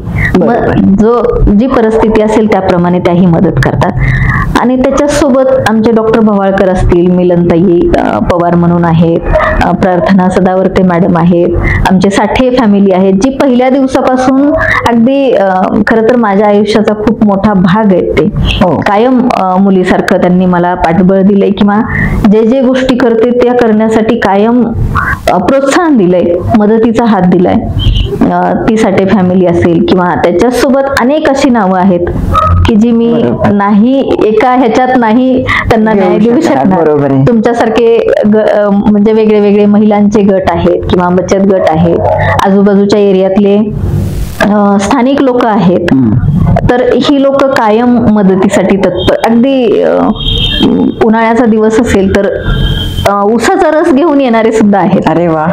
म्हणजे खरं सांगायचं तर एक छाया भगत काहीही करू शकत नाही, अनेक हात आहेत आणि म्हणून सूर्योदय चालू आहे, म्हणून आपण ह्या आजी आजोबांना सक्षमपणे आधार देऊ शकतोय. नाही, अगदी खरी गोष्ट आहे. पण छान वाटलं ऐकून की एवढ्या जणांची त्यांना मदत आहे आणि हाक मारल्यावर येणाऱ्या व्यक्ती आहेत, हे खूप छान आहे, गरजेचंच आहे हे. म्हणजे 12 जूनला माझा ऍक्सिडेंट झाला आणि मला असं वाटलं होतं की आता काय होणार, म्हणजे 15 दिवस मी झोपले नाही रात्रंदिवस की त्या टेन्शननी काय होणार. परंतु प्रत्येकाने आपली आपली जिम्मेदारी घेतली आणि मला असं टेन्शन नाही येऊ दिलं. मला एकच सांगितलं की तुम्ही लवकर बऱ्या व्हा. असं वाटलं नाही की आता हे बंद होईल किंवा ह्यांचं काय होईल. खरं तर ह्या विचाराने मी त्रस्त झाले होते. आणि तुम्हीच ऍक्सिडेंट झाला म्हटल्यावर सगळंच खूप भयानक झाला होता. 2.5 महिने एका जागेवर झोपून होते, बेडरेस होते. आणि अशा अवस्थेमध्ये जे नेहमी येणारे आहेत आणि ज्यांनी बघितलंय की सूर्योदय कशासाठी काम करतं, त्या सगळ्यांनी उचलून धरलं का? छान. म्हणजे त्यांच्या त्यांच्या परीने मदतीचा हात पुढे केला. वा. आणि असं नाही झालं की एक दिवस चूल बंद आहे किंवा एक दिवस चहाला दूध नाहीये किंवा आज भाजी नाहीये, असाही आम्ही काळ काढला की सुरुवातीला जेव्हा सुरू केलं त्यावेळेस पहिलं मी तर कधीच बिना दुधाचा चहा न पिणारी व्यक्ती, मला कधीच काळा चहा आवडला नाही. परंतु सूर्योदय सुरू केल्यानंतर आर्थिक चणचण इतकी परिस्थिती होती की चहामध्ये दूध टाकण्यासाठी आमच्याकडे पैसे नव्हते. तर तब्बल 8 ते 9 महिने बिना दुधाचा चहा होता आणि मग तो त्यांनाच का द्यायचा म्हणून मी पण नाही पिली. हो, आयुष्यात पहिल्यांदा असं झालं की अरे नाही बरोबर आहे, आपल्याकडे चहाला दूध नाहीये, त्यांना नाही देऊ शकत तरी कसं, तो मला अधिकारच नव्हता. बरोबर आहे, खरं आहे की जे काही त्यांच्यासाठी बनेल म्हणजे मी माझ्या आवडी निवडी किंवा ज्या काही आवडणाऱ्या ज्या ज्या गोष्टी होत्या त्या सगळ्या बदलून टाकल्या. म्हणजे ज्या गरजा आहेत त्या पूर्णपणे कमी करून टाकल्या. नाही आता मला सांगा, ही सगळी आजी आजोबा आहेत, त्यांना काही ना काहीतरी असणार, औषधं म्हणा हे म्हणा, पण ती कोण देतं का त्यांची ती घेतात? खरं तर प्रत्येक आजी आजोबांची वेगळी हिस्ट्री आहे, प्रत्येकाची वेगळी केस आहे, प्रत्येक जण वेगळ्या कुटुंबातून वेगळ्या परिस्थितीतून आलेला आहे. त्याच्यामुळे त्या वेगळ्या वेगळ्या पद्धतीने आम्हाला वागावं लागतं. काही जण औषधं स्वतः घेतात, काही जणांना आम्हाला द्यावी लागतात. काही जण आजारी पडल्यानंतर जर आपण गोळी देऊन आलं आणि त्यांना हातावर जरी दिली ते घेतील असं समजलं तरी ते थुंकून टाकतात. आपली पाठ वळली की ते तिथे टाकतील, टॉयलेटमध्ये टाकतील, बाथरूम मध्ये टाकतील, गॅलरीत टाकतील, बेडच्या पाठीमागे टाकतील. असं एकदा झालं की बाबा लक्षात येतंय की रोज औषध देतोय आणि काही फरक पडत नाही. मग नाईलाजाने समोर बसून समोर उभं राहून गोळी खायला लावावी लागते. बापरे. तसंच जेवणाचं सुद्धा आहे, अनेक गोष्टी आहेत की बाबा त्या कराव्या लागतात, त्याला काही पर्याय नाही, कारण त्यांची मनस्थिती. बरोबर आहे. लहान मुलं कशी असतात सेम तसंच आहे त्यांचं. नाही आपण म्हणतोच ना की म्हातारं माणूस म्हणजे दुसरं लहानपण असतं त्याचं ते सगळं. आणि आपण काही म्हणायला गेलं की ते सांगतात की तू किती लहान आहे माझ्यापेक्षा. बरोबर. आम्ही इतके उन्हाळे पाहिलेत, पावसाळे पाहिलेत, तू काय आम्हाला शिकवते. हो, मग तेव्हा गप्प पण बसावं लागतं. आपण बरोबर असलात आणि ते चूक असतील तरी सुद्धा त्या मुवमेंटला गप्प बसावं लागतं. ते थोडे शांत झाल्यावर त्यांना वेगळ्या पद्धतीने समजून सांगावं लागतं. म्हणजे खूपच डोक्यावर बर्फ ठेवून जगायला लागत असणारे. आणि आता ह्या लोकांना काही विरंगुळा म्हणून काय असतं, म्हणजे टीव्ही वगैरे लावतात का काय करतात? विरंगुळा म्हणून टीव्ही आहे आमच्याकडे, 2-3 प्रकारचे पेपर येतात. हा, आणि लायब्ररी आहे, आमची पुस्तकं असतात. अरे वा. त्यांनी जर पुस्तकं अमुक पुस्तक हवं तमुक पुस्तक हवं म्हटलं तर सगळ्यात फर्स्ट प्रायोरिटीला आम्ही पुस्तक मी आणून देते, कारण वाचन पाहिजे. आणि आता काही दिवसापासून म्हणजे काही महिने झाले, 4-5 महिन्यापासून त्यांचं भजन मंडळ तयार केलं त्यांनी.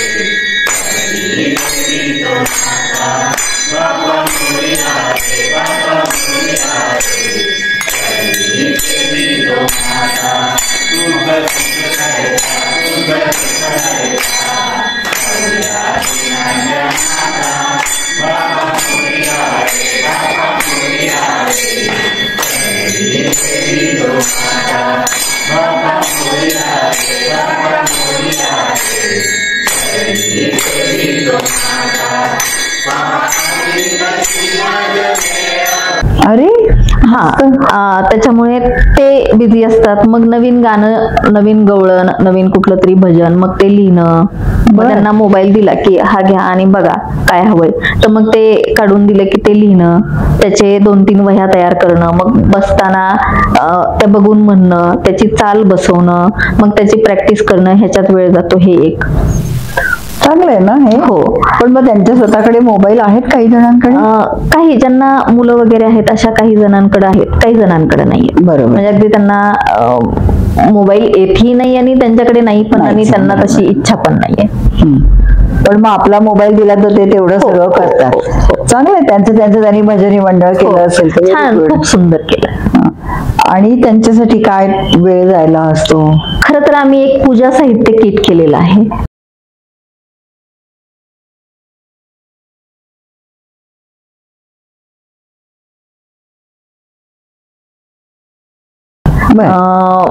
बऱ्याच गोष्टी बघितल्यानंतर माझ्या लक्षात असं आलं की हे अस्थिर होतात, थोडस शांतता झाली, ह्यांच्या गप्पा झाल्या, गॉसिप झालं, किंवा प्रत्येकावर जबाबदारी दिलेली आहे की कुणीतरी डस्टिंग करायचं, कुणीतरी झाडांना पाणी घालायचं, कुणीतरी इकडचा पेपर तिकडे उचलून ठेवायचा, कुणीतरी ह्यानी त्याच्यावर लक्ष ठेवायचं, अशा सगळ्यांना जबाबदाऱ्या दिल्यात. पण ते सगळं झाल्यानंतर रिकामा वेळात ते जर बसले तर एखाद्याला जर त्याचं आठवलं, त्याच्या आयुष्यात काय काय झालं, कसं झालं, तर मग दुसऱ्याला आठवतं, तिसऱ्याला, मग ते रडारड होते आणि मग त्यांची मानसिकता बिघडते. मग ह्या गोष्टीवर काय करता येईल हा खूप दिवसापासून विचार करत होते मी. मग त्यांना मसाले वगैरे नाही करायला सांगू शकत, त्यांना शिलाई कटाई नाही करू शकत. आम्ही पेपर बॅग पण करायचा प्रयत्न केला, थोड्याशा केल्या त्याही.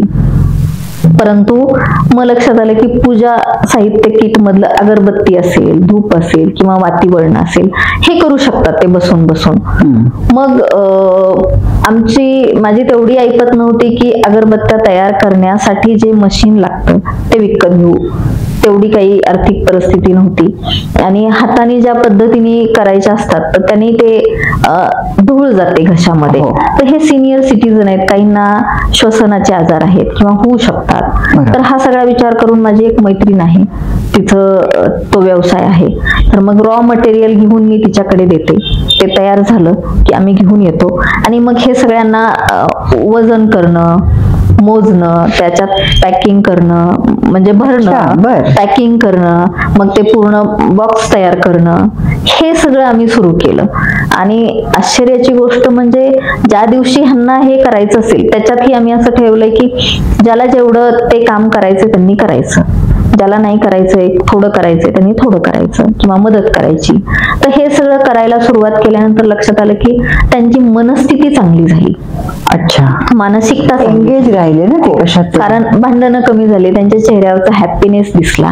ज्या दिवशी ते रिअलाइज केलंय मी, म्हणजे नोट केलंय की ज्या दिवशी हे सगळं करत नाही त्या दिवशी ते मलूल असतात, त्यांच्या विचारात असतात किंवा एकमेकांशी वाद घालत असतात असं. परंतु ते काही करत असतील ना तर त्यावेळेस ते हॅप्पी असतात. आणि ते करण्याचे आमचे पैसे ठरलेत. ते सेल झालं की त्यांना ते पैसे लिहिले जातं आमच्याकडे, त्याच्यातले एक जणांनी लिहून ठेवायचं, ह्या आजीने एवढं केलं, त्या आजोबांनी एवढं केलं, ह्या आजीने, ते लिहिलेलं असतं. ओके. मग ते सेल झालं की त्यांना ते महिन्यात एका वेळेला पैसे दिले जातात आणि मग त्या पैशातून त्यांच्या आत्मसन्मानाला राखण्यासाठी की त्या पैशातून त्यांना काही छोट्या मोठ्या गोष्टी हव्या असतील, खरेदी करायची असेल तर ते करतात. किती छान आहे, त्यांचा आत्मसन्मान जपावा हे कधी मनातच आलं नाही. खरं तर आयुष्यभर प्रत्येक व्यक्ती काही ना काही करत असते आणि एक काळ येतो की दुसऱ्यांच्या हात समोर पसरवायची वेळ येते आणि मग तो सगळ्याच गोष्टींसाठी, मग काही गोष्टी मनातल्या मनात राहतात. म्हणजे अगदी एखादं चॉकलेट एका प्रकारचं आणायचं असेल किंवा एखादी कुठली तरी गोष्ट आणायची असेल किंवा एखादं फळ आणायचं असेल किंवा एकमेकांचे वाढदिवस असतात, काहीतरी सणवार असतात, तर अशा वेळेला काही द्यायची इच्छा असेल तर ते कुणाकडून घेऊन कुणाला द्यायचं. बरोबर आहे ना. तर मग अशा वेळेला जर त्यांच्याकडेच त्यांचे पैसे असतील, अगदी छोटे का असेना, थोडेसे का असेना, तर ते त्यांचा स्वतःचा आत्मसन्मान राहील, त्यांना त्यांचे स्वतःच्या कमाईचे पैसे वाटतील, म्हणून मग हे सुरू केलं. एवढं मोठा विचार आहे माहितीये का, कारण नुसत्या मूलभूत गरजा नाही, ह्या पण आपल्या मानसिक गरजा आहेत किंवा छोट्या छोट्या गोष्टी हव्याशा वाटणं आणि त्या मिळणं. अदरवाईज वृद्धाश्रमात कोणी मागणारच नाही की मला नेलपेंट दे, फ्रुटी दे, पण हे मी कमवलेले पैसे ह्यातनं माझे आण. हो, म्हणजे स्वतःच भावनाच खूप छान आहे. तर त्यामुळे त्याचा खूप जास्त चांगला इफेक्ट आला. म्हणजे मी प्रयत्न असा करते की मला आजही कमवून आणावं लागतं, कारण काही थोडेसे अल्पदरात पेड आजी आजोबा आहेत, काही तुमच्यासारखे अनेक हात आहेत आणि काही माझी कमाई आहे. पण मला कमवून आणून त्याच्यात टाकल्याशिवाय आजही गरजा पूर्ण होत नाहीत. त्याच्यामुळे जो 100% वेळ असतो तो नाही देऊ शकत. बरोबर आहे ना. त्यामुळे मग त्यांच्यामध्ये निगेटिव्हिटी आली नाही पाहिजे, ते अस्थिर राहिले नाही पाहिजे, त्यांची एकमेकांसोबत भांडण, मग हे वेगळ्या वेगळ्या काही ना काही छान आहे एकदम. सुरू करत असते मी. मस्त म्हणजे उपक्रम प्रयोग आहे. सुरू हो, असतात. बरोबर आहे. म्हणजे खरंय खरंय. करता करताच आपल्याला कळत जातंय की. तर मग हे पूजा साहित्य किट आम्ही समजा आलो तर मग आम्हाला विकत मिळतं का तुमच्या इथे? हो, म्हणजे आता मकर संक्रांत आहे, वाण लुटलं जातं, तर तुम्ही तेही घेऊ शकता. म्हणजे जेणेकरून आमच्या आजी आजोबांचा आत्मसन्मान राहील. हो, आणि तुम्ही एखादं वाण लुटलेलं डायरेक्ट वापरलं जाईल. बरोबर. म्हणजे देवाच्या चरणीच वापरलं हो जाईल. नाही, आणि ह्या अगदी लागणाऱ्या वस्तू आहे तुम्ही हो. सांगताय त्या. तुम्ही दर महिन्याचं ही किट ऑर्डर केलं तर आम्ही जवळ असेल तर पोचवूनही देऊ, काही बरं. क्वांटिटी मध्ये असेल तर, दूर असेल तर पोस्टाने किंवा कुरिअरनी पाठवू, किंवा तुम्हाला शक्य असेल तर तुम्ही बल्क मध्येही घेऊ शकता. बरोबर. ऑफिस असेल किंवा वेगळ्या वेगळ्या ठिकाणी जास्त क्वांटिटी मध्ये राहणारी कंपनी असेल किंवा सोसायटी असेल, असंही काही असेल तर तुम्ही त्या पद्धतीनेही मदत करू शकता. बरोबर. जेणेकरून सूर्योदयला आमच्या आजी आजोबांना मदतीचा हात लागेल. हो, कुठेतरी नक्की आमचा नक्की घेऊ आम्ही, तर नक्कीच घेऊ. संघर्षाचा प्रवास कुठेतरी थोडासा सुखद होईल. हो बरोबर आहे ना. जिथे 20 जण आहेत तिथे आणखीन समजा 2 जण यायची वेळ आलीच तर त्यांना आपण आधार देऊ शकू. नाही, छान उपक्रम आहे तुमचा हा. आणि मला सांगा आता तुमचं ह्या सूर्योदयाबद्दल अजून काही आपलं स्वप्न आहे का, किंवा काही ध्येय आहे का पुढे? खरं तर खूप मोठं स्वप्न आहे, छोट्याशा डोळ्यांनी बघितलेलं, ते म्हणजे सूर्योदय स्वतःच्या जागेत जावं. सूर्योदय मधील आजी आजोबांच्या डोक्यावर स्वतःचं छत्र असावं, जेणेकरून मी असेल किंवा नसेल, खरं तर माझ्या घरातला असा कोणीच नाहीये की जो वारसा चालवेल, परंतु जसं मी माईंच्या सेवेचा वारसा चालवते असाच या सेवेचा वारसा चालवणार कोणीही असेल तरी सुद्धा ते भविष्यात वारसा चालवेल. आणि सर्वात मोठा खर्च असतो तो म्हणजे जाग्याचा भाड्याचा. बरोबर. रेंट. तर तो खर्च जर स्वतःची जागा असेल तर आपण अनेक जणांना आधार देऊ शकू. बरोबर आहे. आणि अनेक हात आहेत की ते त्यांचे काही गरजा पूर्ण करण्यासाठी पुढे येतात, परंतु सगळ्यात मोठा खर्च आहे तो म्हणजे जागेचा. आणि माझं सगळ्यात मोठं आणि पूर्ण व्हावाची इच्छा असणारं स्वप्न आहे ते म्हणजे सूर्योदय स्वतःच्या जागेत जावं. सूर्योदयाच्या आजी आजोबांच्या डोक्यावर छत यावं, हक्काचं छत यावं. नाही, आमच्या सगळ्यांची इच्छा अशी आहे की तुमचं हे नक्कीच स्वप्न पूर्ण व्हावं आणि आपल्या आजी आजोबांना असं छान स्वतःचं छत्र मिळावं. तुमच्या ह्या सगळ्या ह्याच्यामध्ये तुम्ही जर मदतनीस कोणी आले, आर्थिक मदत करणारे, तर त्यांना रिसीट वगैरे देता, म्हणजे ATG आणि याच्यासाठी? हो, आपल्या संस्थेचे सर्व कागदपत्र पूर्ण आहेत. ऑडिट पूर्ण असतं, ATG आहे, 12E आहे, CSR सुद्धा आहे आपल्या संस्थेला. त्यामुळे जर कोणाच्या कंपन्या असतील किंवा कोणाच्या संपर्कातील कंपन्या असतील तर आम्हाला CSRच्या माध्यमातून सुद्धा तुम्ही मदत करू शकता. तुम्ही ATG रिसीट देऊ शकतो आम्ही, त्याच्यामुळे तशीही तुम्ही मदत करू शकता आम्हाला. आर्थिक मदतीची ही गरज आहे आम्हाला. मुद्दामच मी हे विचारलं की मग आपल्याला सगळ्यांनाच माहिती होईल या दृष्टीने. आणि वेगळे वेगळे सण वार साजरे केले जातात, त्या सणावारासाठी सुद्धा तुम्ही तुमच्या ताटातला एक घास म्हणून आमच्यासाठी, आमच्या आजी आजोबांसाठी देऊ शकता. कारण आपल्याला जगताना सगळ्या गोष्टी लागतात, त्याच सोबत आपल्याला आशीर्वाद सुद्धा लागतात. म्हणजे असं म्हणतात की कितीही संकट आलं किंवा आपल्याला एखादं ध्येय पूर्ण करायचं असेल तर ते आशीर्वादाने पूर्ण केलं जातं. बरोबर आहे. तर त्यासाठी उत्तम ठिकाण म्हणजे वृद्धांची सेवा, वृद्धांना मदत करणं. देवळातील देवाची तर मदत म्हणजे देवाला तर आपण सगळ्या गोष्टी केल्याच पाहिजेत, परंतु देव सुद्धा म्हणतो की जिवंत माणसांना मदत करा, माणसातला देव जपा, ती मदत माझ्यापर्यंत पोहोचेल. बरोबर. तर हे तर आपले सर्वांचेच वृद्ध सिनियर आहेत, आशीर्वाद देणारे हात आहेत, आपले ज्येष्ठ आहेत. आणि ह्या सगळ्या गोष्टीतून मला एक गोष्ट कळली की ते मायेचा तर सागर आहेत, परंतु अनुभवाचा खजिना आहेत. ते नुसतेच म्हातारे नाहीत, तर त्यांच्या वयाबरोबर त्यांच्याकडे खूप मोठी शिदोरी आहे, ती म्हणजे त्यांच्या अनुभवाची. म्हणजे कधीच होत नाही की अडचणी येत नाहीत, संकट येत नाही, परंतु सूर्योदयमध्ये किंवा आमच्यावरती सूर्योदयमध्ये अनेक वेळेला अडचणी येतात, काही संकट येतात, त्यावेळेस ते सगळे खंबीरपणे सोबत असतात, त्यांच्या अनुभवाच्या खजिन्यासह. बरोबर. आणि ते कुठेतरी आधार देऊन जातात आणि नकळतपणे त्या गोष्टी सुटतात त्यांच्या आशीर्वादाने, त्यांच्या साथीने, सोबतीने. त्यामुळं मायेचा हात आहे आणि अनुभवाचा खजिना आहे. बरोबर. किती छान आहे, खरं आहे.